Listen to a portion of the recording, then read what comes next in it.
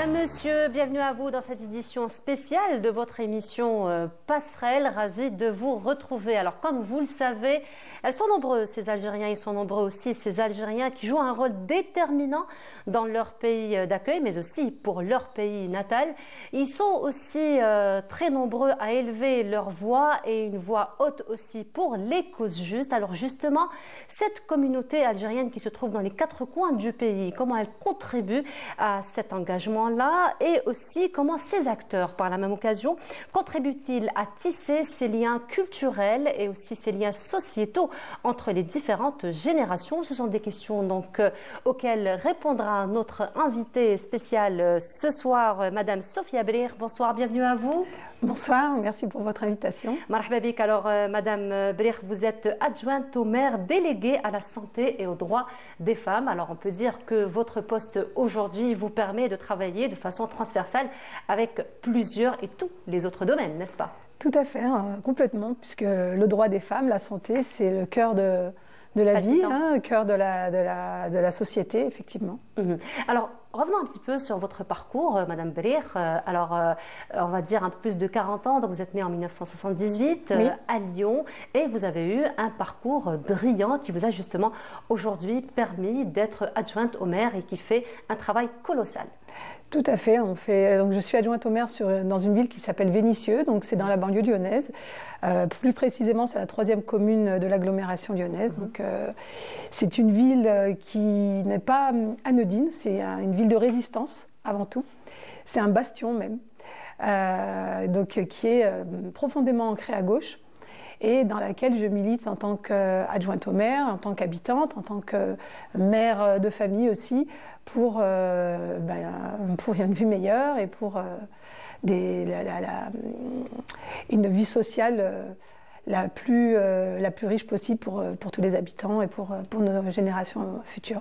Effectivement, donc votre mission, elle est plus axée encore une fois pour améliorer donc le quotidien de tous les habitants donc de cette région, mais parlons particulièrement de la communauté algérienne. On sait qu'aujourd'hui la France compte la communauté algérienne la plus importante, Lyon aussi compte une communauté algérienne importante et sans doute vous êtes en étroite collaboration avec cette communauté. Parlez-nous un petit peu de l'engagement de la communauté déjà pour l'épanouissement sur plusieurs domaines déjà de la ville. Alors effectivement la communauté algérienne dans la région lyonnaise est très très importante, notamment beaucoup de l'Est de l'Algérie, la région de Sétif, d'où d'ailleurs ma famille vient aussi. Et oui, elle est aussi très active. D'ailleurs, je remercie au passage le consul de Lyon parce qu'il est très très disponible. C'est une personne qui est très engagée pour l'Algérie et pour la communauté algérienne de Lyon et qui investit énormément de projets, qui nous permet aussi de se révéler, de se reconnaître comme une communauté algérienne importante et imposante. Et justement, dans ce sens, Madame Brir, parlons un peu de votre engagement, associatif déjà, et surtout pour la défense de la mémoire et la préservation de la mémoire, puisque vous avez donc en collaboration avec la communauté algérienne, mais aussi des Français de la région, à bâtir cette association qui défend encore une fois et qui préserve cette mémoire, notamment les événements du 17 octobre qui se sont déroulés donc au niveau de la scène parisienne. Tout à fait. Alors effectivement, il y avait une association qui existait déjà de longue date, mais il y en a une qui s'est créée.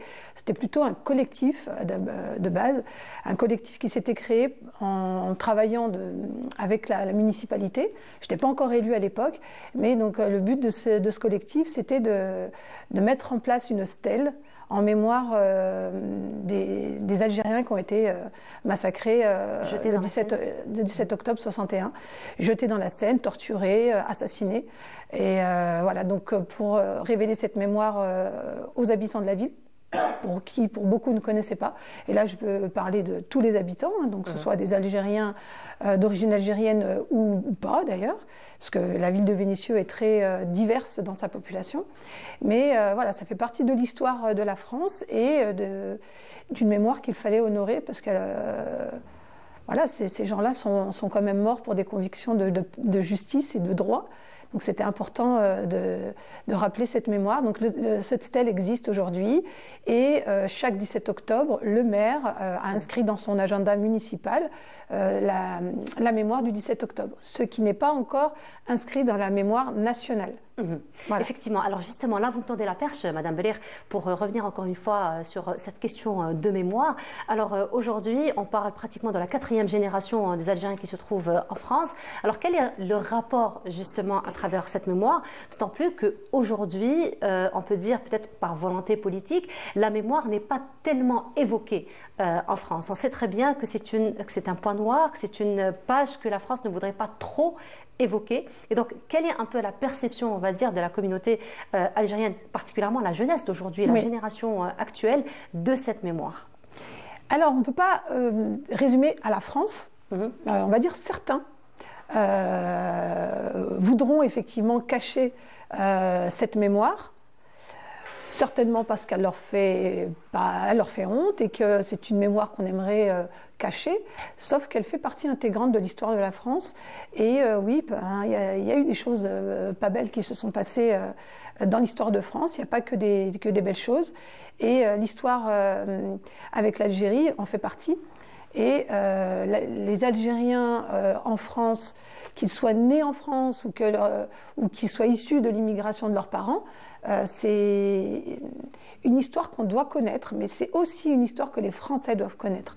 Et aujourd'hui, continuer à vouloir cacher ce qui s'est passé ou à faire comme si ça ne s'était pas passé, pire encore, vouloir dire que c'était bien, alors c'est se mentir d'abord, et puis c'est...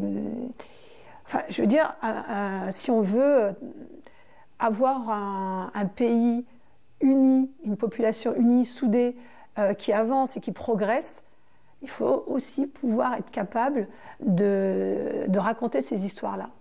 Nous, on a besoin de les entendre. Nos enfants ont besoin de les connaître, besoin d'entendre ça. C'est pas parce que c'est douloureux, que c'est moche et que c'est sauvage que ça veut dire qu'on va le refaire. Au contraire, c'est quand on sait ce qui s'est passé, quand on sait les choses graves qui ont eu lieu à cette époque-là, qui ont touché nos grands-parents, nos arrière-grands-parents, qu'on ne renouvelle pas. Mais aujourd'hui, si on continue à persévérer, à vouloir cacher ce qui s'est passé et à faire comme si tout cela n'était pas vrai, malheureusement, on rentre dans un rouage qui fait que l'histoire risque de se répéter. J'espère pas, évidemment, mais quand même, quand on voit la montée de l'extrême droite et des racismes divers, parce qu'il n'y a pas le racisme, enfin si, le racisme est dans l'absolu, mais c'est la preuve de ce que je vous dis, quoi. Et justement, dans cette lancée, Madame Bellir, alors nous vivons une conjoncture un peu spécifique ces derniers temps. Donc, on assiste quand même à certains discours politiques en France qui sont très stigmatisants. Donc, il y a quelques années, on parlait de la communauté, on va dire, nord-africaine, on parlait de la communauté africaine, de la communauté noire. Mais aujourd'hui, on sent une stigmatisation et un acharnement. On a comme l'impression qu'il est pédagogique, qu'il est méthodique, qu'il est focus sur la communauté algérienne seulement. Je ne sais si vous le ressentez, vous, autant qu'Algérienne, et qu'est-ce que les Algériens de la communauté algérienne en France ressentent justement cet acharnement qui est dirigé? Alors oui, il y a un martelage en ce moment qu'on ne comprend pas, parce que nous, on n'a pas de problème à être avec l'Algérie. Les Français, même s'ils ne sont pas d'origine algérienne, n'ont pas de dépréciation particulière pour l'Algérie, bien au contraire, parce que je peux vous dire qu'à chaque fois qu'on parle de l'Algérie, à chaque fois qu'il y a un événement autour de l'Algérie, que ce soit dans ma ville ou ailleurs, qu'il y a un film algérien, il y a toujours beaucoup d'engouement, au contraire, et ça attire énormément. En France, on n'est jamais indifférent à l'Algérie, jamais. Et le martelage négatif qu'essaye d'imposer à travers les médias certains politiques et certains journalistes, ça se ressent et c'est pas apprécié. J'imagine, nous c'est pas apprécié déjà pour nous d'origine algérienne, mais pas que. Et de l'autre côté de la Méditerranée, ça me fait pas plaisir que les Algériens aient la sensation qu'en France l'Algérie est une bête noire, quoi. Enfin, vraiment, d'ailleurs, on sera les premiers, nous, franco-algériens, on sera les premiers à en pâtir. Donc on a aussi, je pense, ce devoir aussi à demander à arrêter ça immédiatement. Pour moi, au début, ça faisait un peu presque rigoler, c'était un peu ridicule, hein, quand il s'agissait d'une pâte à tartiner ou d'une histoire d'influenceurs, de réseaux sociaux, etc. Mais je trouve que là, ça prend des proportions qui dépassent les limites. Et effectivement, il est temps que ça s'arrête. Les Algériens et les Français, moi, en tout cas en France, n'ont pas de problème entre eux. Au contraire, il y a beaucoup de belles choses qui se passent, mais on essaye de faire croire autre chose, ce qui est totalement faux sur le terrain. Alors justement là, encore une fois, on parle un petit peu de ce rôle des médias, parce qu'aujourd'hui le discours médiatique, il est complètement disproportionné, effectivement. On ne reconnaît plus l'éthique journalistique, j'ai envie de dire, ou médiatique dans certains médias français, donc qui s'acharnent encore une fois dans ce matraquage médiatique, à vouloir encore une fois ternir l'image de l'Algérie et ternir l'image de l'Algérien en France. Et pourtant, le tissu social, j'ai envie de dire, entre les Français de souche, je mettrai ça entre parenthèses, vous allez nous en parler, du français de souche ou d'une nationalité de souche, et du français qui ont toujours cohabité le plus normalement du monde, et sachant que l'Algérien aujourd'hui qui est établi en France ou partout ailleurs dans le monde participe pleinement comme un citoyen à part entière dans le développement, dans l'épanouissement économique, social du pays du pays d'accueil. Complètement, complètement. Aujourd'hui, les Algériens en France, d'abord, la France est métissée, qu'on le veuille ou non. Et l'histoire du français de souche, comme vous disiez, c'est une création, un mythe qui n'existe pas. Je ne connais pas de français de souche. Et j'ai 46 ans, je suis née en France, j'ai grandi en France, et je ne connais pas de français de souche. Parce que quand on va gratter un petit peu, il y a soit des origines italiennes, algériennes, espagnoles. Oh, puis moi, en fait, mon grand-père, il a vécu à Oran. Moi, je suis née. Enfin, il y a toujours une histoire. Alors, c'est vrai qu'il y a une histoire particulière entre l'Algérie et la France, forcément au vu de l'histoire. Donc, beaucoup plus qu'avec les autres nationalités ou cultures. J'ai envie de dire, parce que les nationalités, si tout le monde est français, c'est plutôt des cultures différentes. Mais le français de souche, non, il n'existe pas, en vérité. C'est un mythe construit par l'extrême droite. Et j'ai perdu le fil de votre question. Alors, je disais l'impact des médias. Ah oui, l'impact des médias. Particulièrement sur la population. Donc aujourd'hui, la population française, d'une manière générale, comment elle perçoit, encore une fois, ce discours médiatique? Quel est son impact? Alors, c'est un vrai danger. C'est un vrai danger parce que les médias, c'est quand même déontologiquement, on attend d'un journaliste qui nous révèle la vérité, l'image et l'information. Voilà, l'information, nous donner des informations. Aujourd'hui, on désinforme les gens, on martèle, on fait de la propagande à travers des chaînes qui sont quand même largement écoutées et suivies. C'est un vrai danger. C'est un vrai danger parce que derrière ces propagandes médiatiques, il y a des idées politiques dangereuses. Il y a un ancrage. Et qui s'ancrent, oui, qui sont en train de s'ancrer dans les esprits et qui en devient psychotique. Franchement, moi, ça m'inquiète cette montée-là. Et vous le ressentez en tant que citoyenne franco-algérienne? Moi, je ne supporte plus, il y a des chaînes de télé que je ne supporte plus de regarder 2 secondes et demie, quoi. Je veux dire, ils sont là, mais c'est... D'abord, ça vole pas très haut, il faut pas se mentir, mais je veux dire, c'est tellement flagrant, on ne s'en cache plus. C'est complètement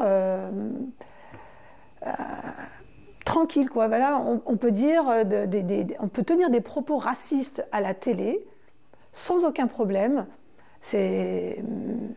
Voilà, qui ne représente pas finalement les valeurs, j'ai envie de dire, d'une république comme celle de la France.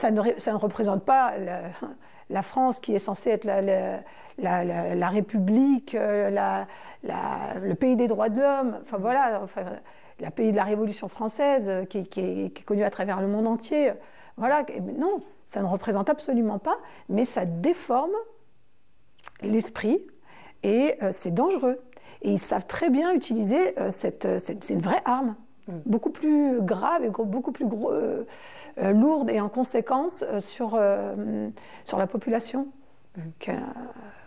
Alors, on le voit, Madame Brich, cet acharnement aujourd'hui à travers les médias. Donc, on parle beaucoup de cette relation entre l'Algérie et la France. On voit encore une fois ce discours hostile, ce discours haineux vis-à-vis de l'Algérie, de la communauté algérienne aussi qui se trouve en France. Mais nous avons comme l'impression qu'il y a un jeu de diversion qui se fait à travers les médias. Est-ce que c'est le cas? Moi, je peux vous dire, je suis engagée politiquement sur le terrain. Je suis une femme politique locale. Et c'est le terrain et les difficultés du terrain, on les voit tous les jours. Les vrais problèmes, c'est pas l'Algérie, c'est pas non plus les musulmans. Les vrais problèmes, c'est comment je vais trouver comment j'arrive à finir le mois, l'école pour mes enfants, mes soins, ma santé. Tous ces problèmes-là existent. L'inflation, ça c'est la réalité, le terrain, les difficultés du quotidien des Français. On a des vrais problèmes très graves sur ne serait-ce que ces points-là que je viens de citer. Par contre, de parler de l'Algérie, parler d'un influenceur, de raconter ce que fait l'Algérie dans son pays. En quoi ça nous concerne en fait? En quoi ça concerne le Français moyen qui a des difficultés dans son quotidien pour les études de ses enfants, pour se soigner et pour joindre la fin du mois avec son salaire? Non, il s'en fiche. Et surtout, c'est pas de la faute de ceux qu'on stigmatise que les problèmes sont là. Donc c'est l'arbre qui cache la forêt, évidemment, c'est une diversion. Voilà, c'est une diversion, effectivement.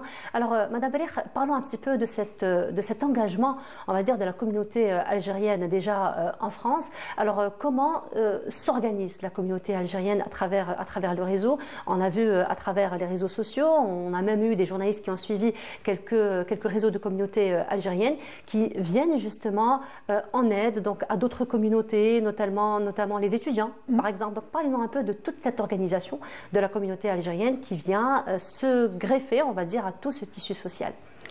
Alors, la communauté algérienne fait partie de la communauté française, c'est une évidence. Elle est inscrite depuis très longtemps dans la vie sociale et dans la vie citoyenne. Elle s'inscrit de plus en plus dans la vie politique, on le voit, j'en suis un exemple. Et effectivement, le tissu associatif est énorme. Après, les Algériens ne vont pas forcément s'affirmer en tant que communauté algérienne, ils sont partout. Voilà. On ne les reconnaît même plus. Ils s'affirment, comme citoyens à part entière. Exactement. En tout cas, moi, c'est comme ça que je m'affirme, même si je suis aussi engagée à travers cette association dont je vous ai parlé, qui s'appelle aujourd'hui Devoir de mémoire et réconciliation, et qui travaille sur la mémoire de l'histoire franco-algérienne ou algéro-française, en tout cas l'histoire de ces deux pays, et qui essaye de créer des passerelles pour avoir une vision apaisée sur cette mémoire et de travailler et de parler de cette mémoire. Maintenant, les communautés algériennes, il existe aussi beaucoup d'associations, bien sûr, algériennes qui vont vraiment militer pour différentes causes. Oui, vous avez raison, pour aider des gens qui sont dans le besoin ou encore pour promouvoir la culture algérienne. Alors justement, revenons un peu sur votre engagement vous-même, donc autant que politique déjà, mais aussi autant que militante, autant que citoyenne à part entière qui essaye donc de créer cette passerelle.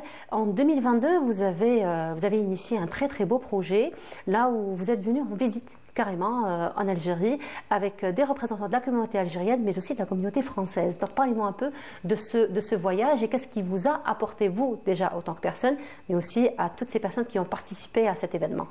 Alors c'était une initiative en fait qui était organisée par la section du PCF de Vénissieux, donc de la ville où j'habite, et qui était initiée à l'origine par des communistes de Vénissieux qui avaient à cœur de découvrir, de rencontrer des Algériens, des moudjahids, en Algérie, d'aller en Algérie aussi sur la trace des militants communistes algériens, enfin français, qui avaient lutté aux côtés des Algériens. J'ai dit Algériens, en fait, c'est un lapsus révélateur parce qu'ils se sentaient Algériens. De cœur. Ils avaient beau être français. Algériens de cœur, effectivement. Voilà, effectivement, ils avaient beau s'appeler Annie ou encore Fernand, c'était des Algériens. Et ils ont lutté spontanément aux côtés des Algériens parce qu'ils étaient communistes, mais aussi parce qu'ils étaient humanistes. Et que pour eux, ils défendaient une cause juste, au-delà du fait que ce soit algérien, français, enfin voilà. Pour eux, la question ne se posait pas. Il y avait une injustice qui est en Algérie, qui se passait pendant l'époque coloniale. Il y avait trop d'injustice. Et ils luttaient à leur côté pour un monde meilleur, pour la justice, pour le respect des droits et pour l'humain. Et donc, c'était un voyage très, très émouvant, vraiment. Dans cette délégation, il y avait des élus de Vénissieux, communistes, hein, forcément. Il y avait aussi des Algériens, il y avait des Algériennes et des Algériens. Et on a rencontré ici en Algérie des élus locaux, bien sûr des moudjahids qui étaient avec nous tout le long. Il y avait avec nous Bernard Deschamps, qui est un ancien député communiste du Gard, qui est très connu en Algérie, notamment aussi à Alger. D'ailleurs, lui il disait, moi j'ai deux patries dans mon cœur, c'est la France et l'Algérie. Et je ne peux pas dissocier l'un de l'autre. Voilà, donc il nous a permis, parce que c'est lui qui avait tous les contacts ici en Algérie, il nous a permis de faire des rencontres absolument magnifiques, formidables. Je pourrais dire tellement d'adjectifs mais c'était tellement émouvant, c'était très très beau, c'était très intense. Ça a duré 5 jours. Et au-delà de l'histoire qu'on a découvert, moi en tout cas en tant qu'Algérienne de France, au-delà d'histoire, parce que j'ai appris plein de choses que je ne connaissais pas, au-delà d'histoire qu'on a découvert, au-delà de l'histoire commune de ces Français, de ces Algériens qui ont lutté main dans la main pour les droits, pour la justice, au-delà de ça, il y avait aussi cette humanité ici, ce peuple algérien qu'on a rencontré, le peuple d'aujourd'hui, l'Algérie d'aujourd'hui. Et ça, c'était encore plus émouvant, j'ai envie de dire, parce qu'il n'y a pas de rancœur. L'Algérie n'a pas de rancœur. Les Français, ils étaient super bien accueillis. Au contraire, c'est tapis rouge, en fait.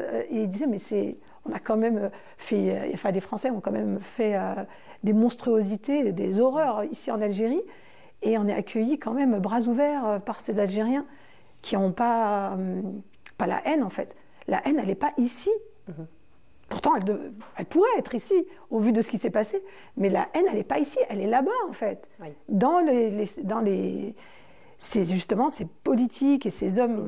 ces discours de l'extrême droite qui restaient haineuses, aigries de cette Algérie, qui n'ont pas pu garder de cet esprit colonial de supériorité des uns sur les autres, n'ont pas compris que... vivre dans une société apaisée, progressiste, main dans la main, humaine, rend plus heureux que de vouloir en écraser une autre pour avoir la main dessus, quoi. Enfin, voilà, ça rend pas heureux. Ça ne rend pas heureux, effectivement, Madame Blir, d'autant plus qu'une communauté algérienne assez importante, c'est la plus importante qui se trouve aujourd'hui en France, et elle a un impact quand même très important. Il y a beaucoup de communautés algériennes qui représentent cette matière grise aujourd'hui, qu'on retrouve dans les hôpitaux, qu'on retrouve dans les laboratoires de recherche, n'est-ce pas? Tout à fait. Alors, il y a 2 choses dans ce que vous dites. Il y a ceux qui ont grandi en France, ceux qui sont issus de l'immigration algérienne, comme moi par exemple. Donc oui, on est partout, bien évidemment, on a fait des études, on parle le français, on est à l'école avec les autres, hein. Bien sûr, on est inscrit dans la société, dans tous les domaines, politiques, professionnels, évidemment, on est là. Et puis, on n'est pas là avec notre pancarte, on est algérien. On est dans la société française et on n'a pas de problème avec ça. Et il y a aussi la communauté algérienne qui vit en France et qu'on retrouve notamment dans le milieu de la santé de manière assez importante. Et ça, les Français le voient. Même nous, d'origine algérienne, peut-être encore plus. Il y a beaucoup, effectivement, de médecins, de profs. Moi, par exemple, j'ai ma fille qui fait des études scientifiques. Et en France, on n'arrive pas à trouver de profs en physique, en maths. Je peux vous le dire parce que j'ai enseigné, donc je voyais les difficultés de l'éducation nationale à recruter des professeurs. Et souvent, les professeurs viennent de l'étranger. Et souvent, ce sont des Algériens. Force est de constater que, voilà, qu'on peut le voir dans les lycées, c'est pas très difficile à prouver, à identifier. On le voit aussi dans les hôpitaux, on le voit aussi dans les centres médicaux. Voilà, donc c'est une immigration différente, peut-être plus différente de celle de mes parents ou de mes grands-parents, qui étaient plus ouvrières à l'époque. Aujourd'hui, il y a quand même, voilà, on vient capter les intellectuels, les scientifiques et les médecins d'Algérie. Ça, par contre, il n'y a pas de problème. Enfin, moi, je veux dire, il ne faut pas être hypocrite non plus, quoi. Comme on le dit si bien, de poids de mesure. Exactement. N'est-ce pas? Oui. Et on est bien content, parce que moi, je peux vous dire, en tant qu'adjointe à la santé, sur ma ville, moi, la première difficulté qu'on a, c'est à recruter des médecins. On n'arrive plus. Aujourd'hui, les gens n'ont même pas... ça, c'est vraiment le quotidien et la vie de tous les jours pour les Français. Tout le monde n'a pas un médecin généraliste. Et si vous n'avez pas de médecin généraliste, c'est un vrai problème parce que vous ne pouvez pas consulter de spécialiste. Parce que pour consulter un spécialiste, il faut que le généraliste vous fasse une ordonnance. Si vous êtes malade et que vous avez besoin d'être arrêté, vous avez besoin d'un généraliste. On n'en trouve pas, par exemple. C'est un simple exemple. Et aujourd'hui, il y a une vraie bataille qui est menée sur le terrain pour... on appelle ça l'attractivité du territoire, pour rendre notre territoire le plus attractif possible pour que des médecins viennent chez nous. On en est là, mais on n'a pas assez. Voilà. Voilà, ben effectivement. Alors là, je voudrais revenir aussi en votre compagnie, Madame Belair, sur un autre volet. C'est un peu l'engagement, on va dire, de la communauté algérienne à... Comme je le disais tout à l'heure, aux causes justes. Parce qu'aujourd'hui, malheureusement, le monde n'est pas en paix, le monde n'est pas blanc. Il y a beaucoup d'injustices dans le monde. Notamment, nous avons passé un peu plus de 470 jours à voir des nouvelles atroces qui nous venaient de la Palestine, notamment. Et bien entendu, là, il y a des voix qui se sont soulevées à travers le monde. Parce qu'on le dit à chaque fois, ce n'est plus une cause religieuse, mais ça reste une cause d'humanité. Donc on est humain ou on ne l'est pas. Donc bien sûr la cause palestinienne est une cause intégrante de la cause nationale. Alors qu'en est-il justement de l'engagement de la communauté algérienne pour élever la voix encore une fois contre des atrocités pareilles? Alors j'ai envie de dire la cause palestinienne est une cause algérienne, ça va de soi. Quand on est algérien, on ressent profondément, c'est ancré en nous, l'injustice qu'ils subissent. Certainement parce que nos aïeux ont subi aussi cette injustice-là et cette sauvagerie. Après, oui, la communauté algérienne a toujours été, je pense, sensible à ce qui se passe en Palestine. Moi, je n'ai jamais rencontré un Algérien qui me dit « je m'en fous ». En tout cas, on ne peut pas dire « je m'en fous » aujourd'hui. Qui que ce soit ne peut pas le dire. C'est tout sauf une cause religieuse. On voudrait faire croire que c'en est une. Justement, ça aussi c'est un discours de l'extrême droite, de faire croire que c'est de rallier ça du terrorisme, au terrorisme religieux, le Hamas, etc. Sauf que non, ceux qui sont massacrés, ce sont des enfants, ce sont des femmes, ce sont des civils. Les arrestations sont sauvages, arbitraires. Les prisons, c'est des lieux de torture. D'ailleurs, ce ne sont pas des prisonniers, ce sont des otages. Faut arrêter. En vérité, il faut remettre les mots aussi. Ils ne se gênent pas pour qu'on parle d'otages, pour nous rappeler que ce sont des otages. Mais par contre, de l'autre côté, on dit que ce sont des prisonniers. Non, ce sont des otages. Un enfant de 12 ans dans une prison, c'est un otage. Otage et prisonnier. Surtout quand ses parents ne savent même pas pourquoi il a été arrêté. Enfin, je veux dire, c'est très grave. J'ai des amis palestiniens qui ont des enfants, qui ont peur pour leurs enfants, parce que les enfants sont arrêtés, ils ne savent pas pourquoi. Les corps, les gens qui sont arrêtés meurent dans les prisons, on ne sait même pas comment, dans quelles conditions, et même les corps sont retenus. Même les corps, les cadavres sont des otages. Ils font en sorte que les peines soient suffisamment longues pour que les corps ne soient jamais réclamés par les familles. c'est une folie ce qui se passe là-bas. C'est une folie et ça laisse dubitatif quant à ce qui se passe dans ces prisons-là. Un jour, on saura. Un jour, on saura, même si on sait déjà beaucoup de choses, mais il est temps effectivement que la communauté internationale... elle reste cachée, effectivement. Une bonne mais partie bien de la sûr, vérité reste cachée. mais on ne peut plus cacher aujourd'hui. Aujourd'hui, ça a été trop loin. Effectivement, ils sont passés à une vitesse supérieure pour leur projet colonial, dans leur projet colonial. Et du coup, les massacres sont tels qu'on ne peut pas faire comme si ça n'existait pas, comme si on ne voyait pas. Et humainement parlant, c'est une cause qui doit toucher chaque être humain sur la Terre. Et on peut... Enfin voilà, moi, ça me bouleverse. À chaque fois, j'en perds mes mots, mais vraiment, c'est la cause des Palestiniens. Elle est révélatrice de ce qui se passe dans le monde et de ce qui se passe dans nos propres pays, notamment en France, au niveau des médias. On se rend plus compte de la propagande raciste menée par des médias français grâce, entre guillemets, mon Dieu, c'est pas grâce, c'est pas positif, mais c'est aussi grâce à ce qui se passe en Palestine. Comment ils ont traité. Donc finalement, certains médias en France ont été démasqués suite justement à la guerre qui a été menée contre les Palestiniens. Comment ils traitent l'information. C'est très grave. On en est... Enfin, moi, j'en parle tous les jours avec mes amis, quelle que soit d'ailleurs leur origine, qu'ils soient musulmans, pas musulmans, d'origine algérienne ou pas, c'est ahurissant ce qui est en train de se passer. Ces médias-là, ils ont perdu toute crédibilité, c'est sûr. Alors bien évidemment, ils ont fait un travail, un matraquage, mais en tout cas, maintenant ils se voient. Autant il était plus dangereux encore quand il ne se voyait pas. Je crois qu'aujourd'hui, il perd aussi de sa puissance et de son verbe parce qu'on sait. Voilà.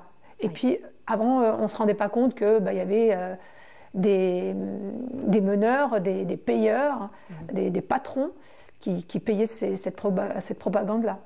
Voilà. Maintenant, on le sait. On ne peut plus faire comme si on ne savait pas. Beaucoup de choses ont été démasquées, effectivement. Les masques sont tombés. Voilà, exactement. Effectivement. Alors, Madame Belleir, on va peut-être terminer sur une note positive. Alors, on le dit, vous militez beaucoup pour créer encore une fois cette passerelle et bâtir cette passerelle entre les deux rives. Et vous venez avec un très, très beau projet du moment que vous avez fait votre parcours en tourisme, on va dire. Oui. Et là, vous venez avec un beau projet pour l'Algérie, toujours dans le domaine touristique. Est-ce que vous pouvez nous en parler très rapidement? Ah oui. Avec plaisir. Écoutez, moi, c'est vrai que je suis professionnelle du tourisme. J'ai travaillé longtemps en agence de voyage, plus de 20 ans. Et en fait, je voulais créer mon agence. Mais bon, je ne savais pas trop, je tâtonnais. J'ai enseigné d'ailleurs aussi ce métier-là. Et donc, pour moi, ce qui était une évidence, ça s'est révélé en 2022 quand je suis venue avec cette délégation, c'était de pouvoir être force de proposition d'organisation de voyage entre l'Algérie et la France pour la mémoire et pour les histoires communes. Les histoires à travers la grande histoire avec un grand H, mais aussi les petites histoires.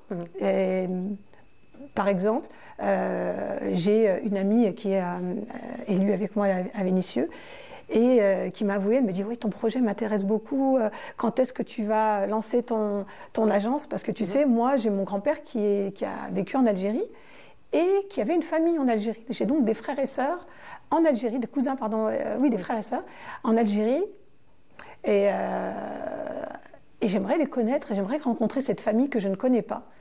Et en même temps, ce pays qui m'intrigue. Elle est d'origine espagnole, elle. Et voilà, donc une petite histoire. Oui. Donc à travers la grande histoire. Et ça, je peux vous dire qu'il y en a beaucoup en France. Et c'est ça qui va tisser aussi, qui va faire le tissu positif entre l'Algérie et la France. Moi, j'y crois. Ces gens-là aigris n'arriveront pas à détruire ces liens forts entre l'Algérie et la France, parce que même s'il y a eu des monstruosités, il y a aussi eu de très belles choses. Il y a aussi eu ces militants qui ont lutté aux côtés des Algériens. Il y a ces familles qui sont profondément ancrées en Algérie, qui ont de la famille ici, qui ont du sang encore qui coule dans leurs veines, qui vient de l'Algérie. Et puis la France est métissée en Algérie, en France. Voilà, encore un lapsus. Mais révélateur. En tout cas, j'espère mener à bien ce projet pour pouvoir rentrer aussi dans cette réconciliation et ce partage, parce que c'est le peuple algérien. Enfin voilà, je peux pas, au-delà des beaux paysages que peut offrir l'Algérie, au-delà de l'histoire incroyable de l'Algérie, le plus beau, c'est quand même de rencontrer son peuple. Effectivement. En tout cas, on vous souhaite une très très belle réussite dans tout ce que vous allez entreprendre. Madame Bellir, merci beaucoup d'avoir accepté notre invitation, d'avoir répondu à nos questions. On vous retrouvera très bientôt, Inch'Allah, probablement pour le projet. Avec plaisir. Inch'Allah, merci beaucoup Madame Bellir. Donc voilà, nous arrivons à la fin de cet entretien, de cette édition spéciale de votre émission Passerelle. Merci beaucoup de nous avoir suivis. Je vous souhaite donc une très agréable soirée. Je vous retrouve très bientôt. Au revoir.